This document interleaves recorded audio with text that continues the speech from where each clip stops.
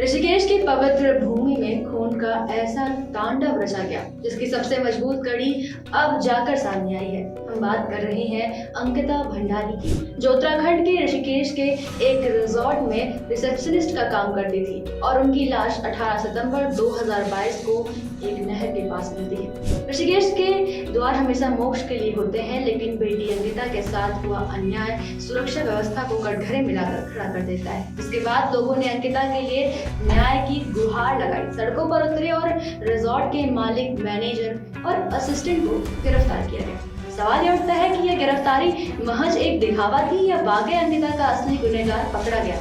जांच के दौरान तत्कालीन डीजीपी अशोक कुमार का एक बयान सामने आता है जो पूरे केस की दिशा ही बदल देता है। उन्होंने सार्वजनिक रूप से कहा कि अंकिता ने अपने एक दोस्त से चैट में बताया था कि उस पर किसी वीआईपी को विशेष सेवा देने का दबाव बनाया जा रहा था। यह बयान मामूली नहीं था, क्योंकि यह संकेत देता है कि मामला सिर्फ 3 कर्मचारियों तक सीमित नहीं हो सकता। यहीं से सबसे अहम सवाल उठता है, वह वीआईपी कौन था? अगर वीआईपी था तो उसका नाम चार्जशीट में क्यों नहीं था? और अगर वीआईपी नहीं था तो डीजीपी ने वीआईपी शब्द का इस्तेमाल क्यों किया? पुलिस बाद में यह कहती है कि जिस व्यक्ति का नाम सामने आया वह धर्मेंद्र था और वह कोई वीआईपी नहीं है। लेकिन फिर भी सवाल बना रहता है कि वीआईपी शब्द जांच में आया कहां से और किस संदर्भ में आया? क्या जांच के शुरुआती बिंदु को ही बाद में कमजोर कर दिया गया है? इसी बीच पूर्व विधायक सुरेश राठौर की पत्नी उर्मिला राठौर का बयान सामने आता है।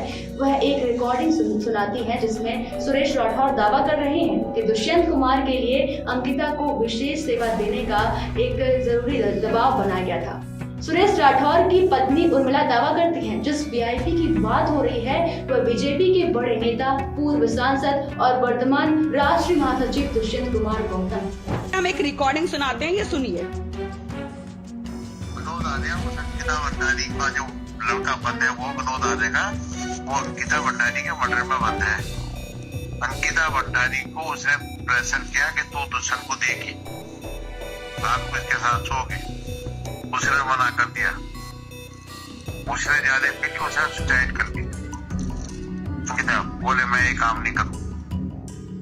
जो उस समय उत्तराखंड के प्रभारी भी थे। यह दावा बेहद गंभीर था, क्योंकि इसमें सत्ता के शीर्ष स्तर तक मामला जाने की आशंका थी। यह भी गौर करने वाली बात है कि जिस क्षेत्र में यह रिजॉर्ट बना था वहां जंगल काटे गए, नियमों को दरकिनार किया गया और आलीशान ढांचे खड़े किए गए। सवाल यह है कि क्या इन रिजॉर्ट्स में काम करने वाली लड़कियां सिर्फ कर्मचारी थी या उनसे उनकी नौकरी से परे कुछ और भी अपेक्षित किया जा रहा था? और अगर कोई लड़की इन अपेक्षाओं को ठुकरा देती है तो क्या उसका अंजाम इतना भयावह हो सकता है? इस बात की गंभीरता आप समझेंगे उत्तराखंड की बुजुर्ग दादी का यह बयान सुनकर।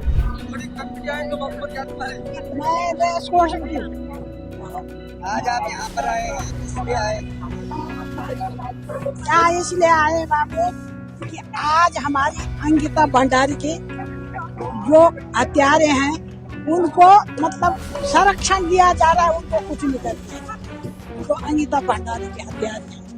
अब हमने उत्तराखंड मांगा था, किसलिए मांगा था? इसलिए मांगा था कि हमारा राज्य नशा मुक्त हो, हम भू माफिया मुक्त हो, हमारा हर माफिया को मुक्त हो। आरोपी जेल में है, ट्रायल चल रहा है, लेकिन वीआईपी एंगल पर चुप्पी है। न कोई स्पष्ट नाम, न कोई ठोस जवाब। अंकिता को न्याय मिला या नहीं, यह तय करना अदालत का काम है, लेकिन यह पूछना जनता और मीडिया का हक है कि क्या पूरी सच्चाई अब भी सामने आई है? क्यों अंकिता को न्याय नहीं मिला?